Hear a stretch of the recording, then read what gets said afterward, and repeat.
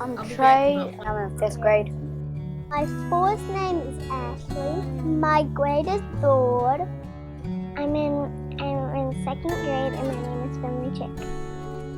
In kindergarten and 1st grade, I felt like I didn't really know what fussing was. I didn't know what words was. I didn't know I didn't even know what letters were because it was hard for me to understand. I would struggle a lot. I wouldn't know where to start. I wouldn't know where to end. I wouldn't even know if I should simplify or not, if I should read that or not. I wouldn't know anything about that. Chloe Stevens, 4th grade. My name is Dorian Robinson. I'm in 5th grade. Shaylee, and I'm in 3rd grade. I'm Reagan Vaughn. I'm in 5th grade and I go to Chapman Elementary School. When you're trying to read in front of all your friends, you don't really want to mess up, and you're kind of scared that something's gonna happen, and it's gonna and you're gonna stumble on words, and you're not gonna know a word that everyone else knows, and everything like that. So you get kind of nervous. I felt like I couldn't do it because I couldn't really read the book good because I wasn't really getting better. It felt like a lot of pressure because, it's not like you're going to be able to get it at the first try or anything, but it was kind of a little hard because I'd get frustrated at times and I didn't want to do it and I just quit and stuff. It is a little hard for me. My name is Mary Marlowe. I go to West Iredell Middle School and I'm in 7th grade. My name is Steven, and I'm in 5th grade. My name is Giovanna. I go to Troutman Middle School and I'm in 7th grade. I was really nervous and I had trouble with it, so I was kind of scared to go into class. I feel like I couldn't do it because Well, it made me feel like I couldn't do anything. Made me feel kind of dumb and stupid inside, just sitting there staring at it. The words kept moving around. I'm like, okay, I don't know this. Let's see if I can figure out what the questions. So I skipped straight to those questions, and then just I don't know these answers. Just guess. So yeah, I try to read it, and then it's just it's on 6th grade level, and it's harder. My name is Blake, and I'm in 2nd grade. It's Riley Katz. I'm in 2nd grade. When I was in kindergarten and 1st grade, it was really kind of hard for me because I couldn't read the other kids because they would do fast, and I was really scared that something's wrong with me, that I can't read fast as the other kids. So, why is he talking about? If you look back at Iredell Statesville Schools 10 years ago, we were a district pretty much middle of the pack in the state of North Carolina. We had graduation rates in the 70% and proficiency rates around 70%. Our dropout rate was about 6.5%. And we began at that time really focusing on continuous improvement efforts in our district. Over time, we were able to increase those graduation rates. We were named as a Malcolm Baldrige Award winner for our efforts in continuous improvement. And in 2010, we were named an I3 recipient. At that point in time, our graduation rates and our proficiency rates had significantly improved. We'd seen decreases in our dropout rates. But even though we have a graduation rate of 87% and proficiency rates of 80%, we thought we were doing pretty well, and we were ranked with some of the top districts in the state of North Carolina.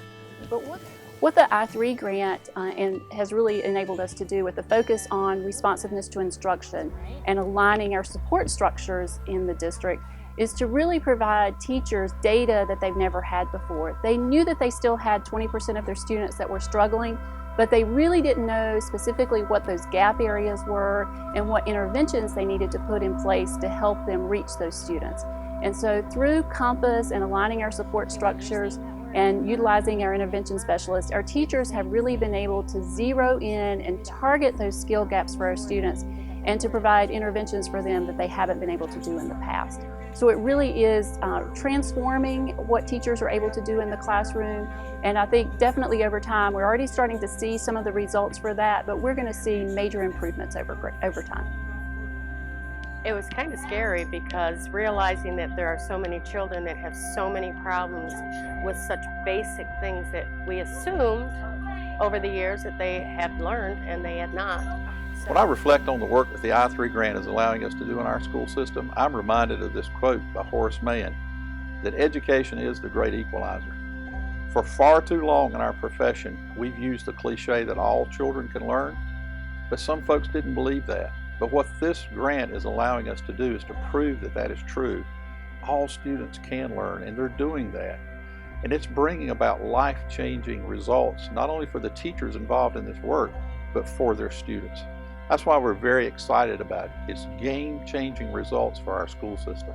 For this $6 million, the idea that we proposed and that we are working diligently to accomplish is that where there are multiple district-level departments that go into a school building and service that school and work with teachers, this grant says that it's imperative that those specialists and those district-level departments all have a common understanding and knowledge base as they interact with teachers and as they make recommendations to teachers and as they provide curriculum supports to teachers. In the past, in most districts across the nation, you have different departments who have different priorities. All of them are good priorities and they're valid priorities, but sometimes it can be overwhelming for teachers. And so the beauty of this grant is that it enables the teacher to hear from a unified body of specialists information and suggestions and resources that are going to fit together cohesively, that all the messages they hear are braided together around this unified platform of what it means to do problem solving for students on a student-by-student basis. And that's ultimately for us what the $6 million idea was. Lots of people across our nation have done RTI, but the reason that this grant is special is because it requires that there be collaboration among everyone in the district, from the classroom level all the way up to the district level. I just think that the RTI experience has been really good for our school, and it's been good for our staff too, morale-wise, because we all own each other's students. It's not just my homeroom, their homeroom, your homeroom. It's our kids, our 5th grade. Because we know, oh, that student that you're talking about, I have him during RTI time. I know exactly what you're talking about. This is how they can do this. This is how they can do that. And it really helps us to own the children and as a group, and it really helps us to work smarter on the specific levels. And the growth is just undeniable. I mean, the growth really is exciting. And as a staff, K through 5 or you know, whatever the level, you can get excited with each other's growth, and you can see how it applies to the other levels' growth as well. And one of the key components of our successful collaborative Compass model is the day-to-day. Based on research, Kelly Cooper, our RTI director, created the concept of the day-to-day. After extensive research and national RTI best practices, day-to-days were developed to provide schools a systematic approach to review data. This year we're fortunate that we've been able to schedule 4 data days for the staff. We actually take the staff and divide them. K2 teachers come in for a half day, and then 3 through 5 teachers come in for the second half of the day. It gives the teachers an opportunity. They usually begin by really digging into their data and looking at all the data points they've collected up until that point. And it gives them the opportunity to look at the child, the whole child, rather than just one data point at a time. And together they try to problem solve and determine what's going on with that child. And it's great because we're able to pull in specialists like the intervention specialist, as well as our differentiation specialist, and even folks from our EC department. And they're able to come in, and the teachers have them easily accessible to ask questions to them and help them with strategies and interventions. During Data Day, they're also able to review their progress monitoring data on interventions and strategies that they've already been implementing to see if they're effective or if they need to change their approach. We've even started playing around, having those K2 teachers in one room together and then having the 3-5 teachers in one room together also provides for that vertical conversation. And the teachers are really able to start playing around with the idea of what does it look like if this child is perhaps getting interventions with a different grade level, different group of students who all have that same need. So it's allowing us to cover more ground and more territory with less people. And we've asked several times, we've asked them to come in for data days. What we're doing with those is actually looking at our data even closer, talking about the strategies we've implemented, what's worked, what's not. So it's really an ongoing PDSA of what is working, what is not.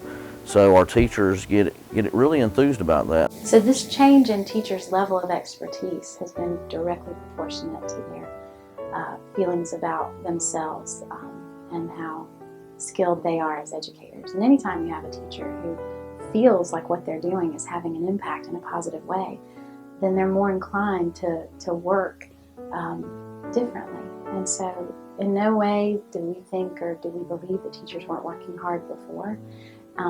We have very passionate teachers, very loving teachers who, as we began this journey, many of them would be in tears as we would look at that initial data, when we looked at AIMSweb data and misunderstandings or misconceptions about students in their classrooms were sort of stripped away in the face of this new data. And what was so compelling and so powerful and so affirming was seeing what our teachers did next. They didn't shy away from the data. They didn't try to make excuses for that data. They said, what do we need? What should I do differently?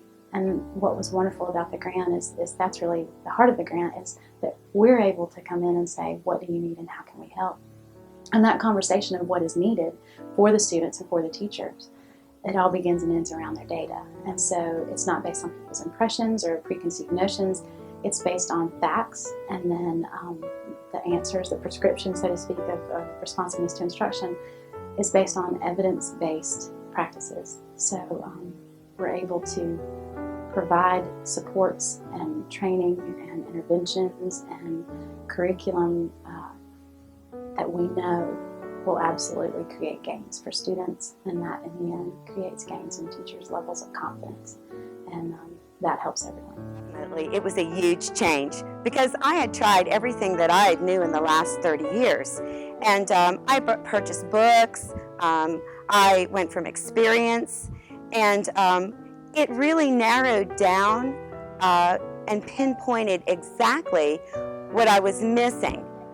And it wasn't like we weren't all working very hard, but Bree came in and pinpointed exactly what was missing. And once I knew what was missing and she provided those interventions, it was, everything just fell into place and we just kept getting better and better. And this was after struggling for several months and really not seeing any improvement.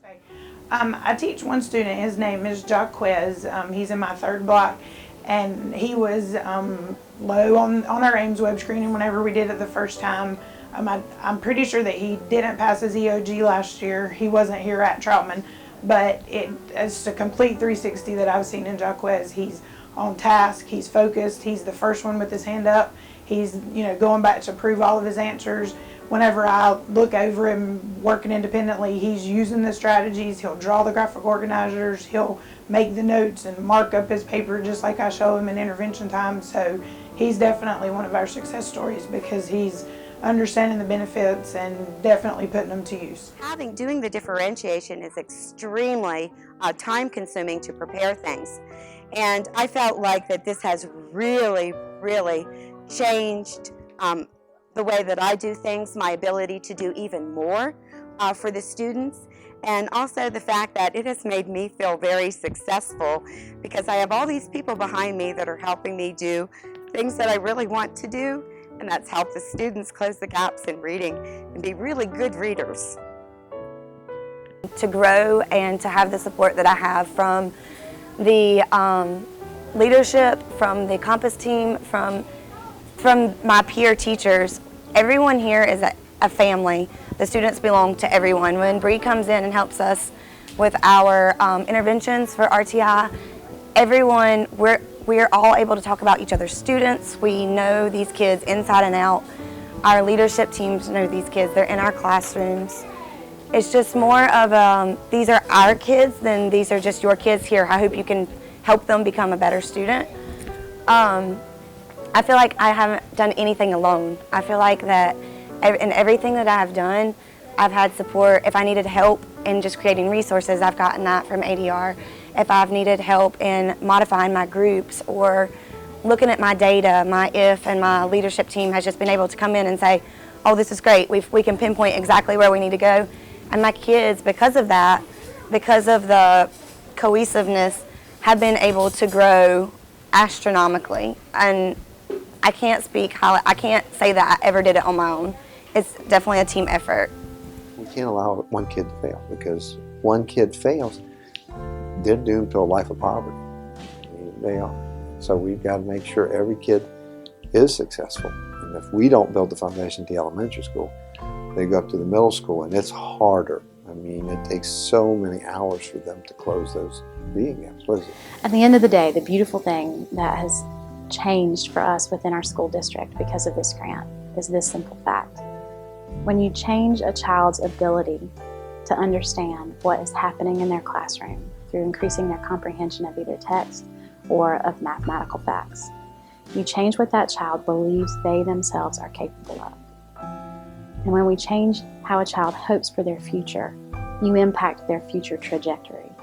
We know that we can break the chains and the cycles of poverty and generational poverty when we change how a child sees what's possible for them. And so more than anything, I'm exceedingly grateful that we were the recipients of this grant, both from federal dollars and from match dollars, because we have seen directly that it is changing the lives of children and teachers every day. Now I'm getting a better learner at reading now. I thought, I really did love math, but then it started getting harder, but now that I'm going to the intervention groups and stuff, I'm starting to learn more and more how they do stuff. It's kind of helping me, to have more, smartness, because I'm not the kind of guy you'd see being smart all the time. So, yeah, because I'm not the type of kid where I'm always going to use my brain at all. Well, since they helped me in intervention, I do kind of feel like I can read out loud more, that I really want to participate in it, and that I am going to be a leader in life, and that I'm just going to live it.